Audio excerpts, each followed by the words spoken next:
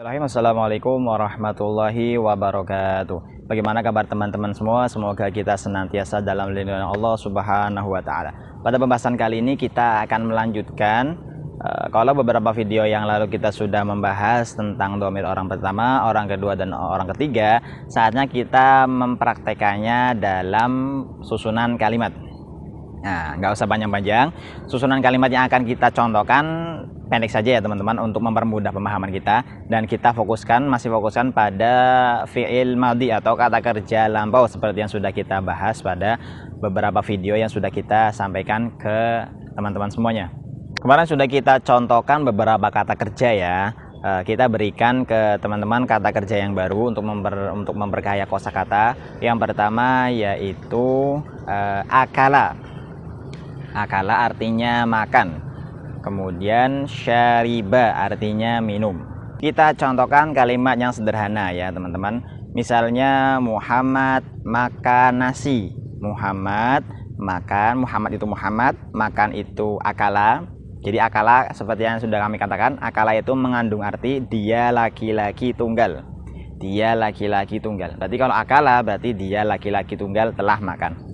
Kita contohkan Muhammad makan nasi. Nasi itu bahasa Arabnya ruzun. Nasi itu ruz, kalau jamaknya ar-ruzun. Ar-ruzu kalau pakai alif lam berarti ar-ruzu, kalau tidak pakai alif lam ar-ruzun, itu jamaknya. Kalau tunggal ruzun. Jadi kalau Muhammad makan nasi, akala Muhammadun ar-ruzza. Akala Muhammadun ar-ruzza. Akala Muhammadun ar-ruzza. Atau bisa kita balik. Muhammad akala ar-ruzza. Muhammad akala ar-ruzza. Jadi kalau sebenarnya nggak jauh berbeda dengan konsep SPOK dalam bahasa Indonesia. Dalam bahasa Arab pun ada sedikit persamaan ya, bisa kita padukan persamaan tersebut. Misalnya subjek itu Muhammad, predikat itu akala, ar-ruzza berarti objek. Muhammad akala ar-ruzza. Tapi pada umumnya dalam bahasa Arab, kalau terdapat kata kerja fi'il madhi atau fi'il madhi dalam susunan kalimat, biasanya lebih didahulukan daripada subjeknya.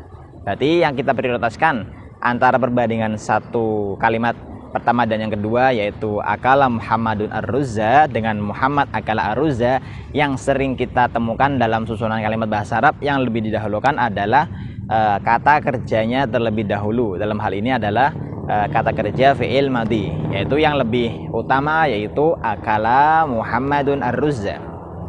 Akala Muhammadun ar-ruzza. Tapi walau demikian, keduanya sama-sama bisa digunakan dalam susunan kalimat. Kemudian yang kedua yaitu yashrobu, artinya minum. Misalnya Ali minum air. Ali itu Ali, minum itu syariba. Kalau air itu ma'un atau al-ma'u. Kalau pakai alif lam al-ma'u, kalau tidak pakai alif lam berarti ma'un. Ali minum air, berarti minum itu syariba. Ali itu Ali, berarti syariba aliyun al-ma'a. Syariba aliyun al-ma'a. Atau bisa kita balik juga, aliyun syariba al-ma'a. Aliyun syariba al-ma'a. Tapi antara susunan pertama dan yang kedua, lebih kita prioritaskan yang pertama ya. Berarti syariba aliyun al-ma'a. Seperti tadi kita baru contohkan yang huwa ya teman-teman. Kalau huma sama hum tentu berbeda. Begitu pula dengan hiya, huma, huna, anta, antum, antum, anti, antum, antumna, sampai ana, nahnu. Semuanya cara penyusunannya, penggunaannya berbeda dalam menyusun kalimat. Kalau tadi syariba dengan akala itu hanya untuk dia laki-laki tunggal, bagaimana kita menyusun kalimat kalau kita berkata misalnya kamu laki-laki makan nasi misalnya, atau saya minum air, atau kami makan nasi, atau kalian perempuan minum air. Nah, mungkin bagi kita yang masih awal-awal belajar bahasa Arab, kok kayaknya susah banget. Padahal nggak begitu susah kalau kita mau telaten belajar bahasa Arab. Kita contohkan satu contoh lagi misalnya, tapi kita masih menggunakan kosakata yang sama ya, syariba sama akala. Misalnya kita contohkan kamu makan nasi. Kamu makan nasi, kamu laki-laki makan nasi. Berarti akalta ar-ruzza. Akalta ar-ruzza. Adapun kalau misalnya syariba, berarti misalnya kami minum air, berarti syaribna al-ma'a. Syaribna al-ma'a. Kami minum air. Hal yang perlu kita ketahui atau yang perlu kita garis bawahi yaitu setiap objek, ingat-ingat, setiap objek pasti harokat belakang pada objek tersebut atau isim kata benda tersebut berharokat fathah atau nasab ya. Walaupun nasab itu tidak selamanya fathah terus, tapi untuk mempermudah pemahaman kita, setiap kita bertemu objek, setiap kita menyusun kalimat kemudian isim tersebut berstatus objek, maka kita fathahkan dari yang awalnya berharokat dhammah. Karena pada umumnya setiap isim itu pasti berakhiran dhammah atau dhamma tanwin. Kitabun, kolamun, misalnya kitabun buku, kolamun pena, atau maun air. Khusus untuk jumlah 2 orang atau musanna dan 3 orang atau lebih atau biasa disebut dengan jama', itu tidak ada perubahan struktur dalam kata kerjanya. Misalnya tadi kan sudah kita beberapa video yang lalu sudah kita contohkan ya, yang huwa akala. Kalau kemarin kita contohkan zahaba, huwa zahaba, huma zahaba, hum zahabu. Kalau akala berarti akala akalu. Nah, fokus pada akala sama akalu. Walaupun bentuk jumlah 2 orang atau lebih itu akala kemudian akalu, tapi ketika kita menyusun kalimat tidak perlu dirubah jumlah atau domirnya. Dalam artian misalnya kita contohkan langsung akala, misalnya Muhammad dan Ali makan nasi. Muhammad dan Ali makan nasi. Pertanyaannya, mana susunan kedua kalimat ini yang lebih tepat? Apakah akala Muhammadun wa Aliyun ar-ruzza, atau yang kedua akala Muhammadun wa Aliyun ar-ruzza? Saya ulangi, mana kedua contoh yang paling tepat, yang lebih benar, yaitu akala Muhammadun wa Aliyun ar-ruzza atau akala Muhammadun wa Aliyun ar-ruzza? Jawabannya lebih tepat adalah yang pertama, justru yang pertama, yaitu akala Muhammadun wa Aliyun ar-ruzza.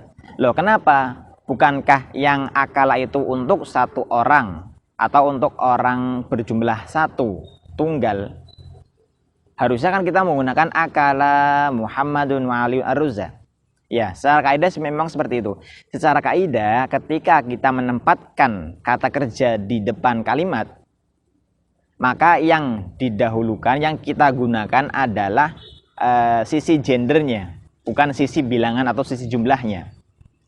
Jadi misalnya tidak hanya 2 orang, misalnya 3 orang atau lebih. Misalnya Muhammad dan Ali dan Hamzah dan Zaid makan nasi. Tidak perlu kita gunakan jamak dari kata kerja tersebut. Tidak kita ucapkan akalu Muhammadun wa Aliyun wa Hamzatu wa Zaidun ar-ruzza. Tidak seperti itu. Tapi yang lebih tepat adalah tetap menggunakan akala, yaitu akala Muhammadun wa Aliyun wa Hamzatu wa Zaidun ar-ruzza. Tetap menggunakan akala. Begitu pula dengan kata kerja yang lain.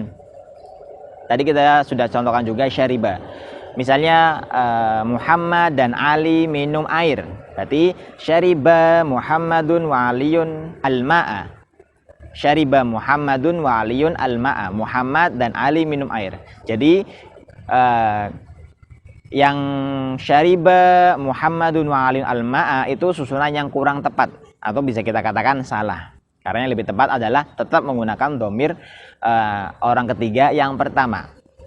Lalu fungsinya apa kalau kita sudah menghafal ke-14 dhamir padahal yang huma sama yang hum itu tidak digunakan? Tetap digunakan. Kalau kita menempatkan kata kerja di akhir atau di tengah.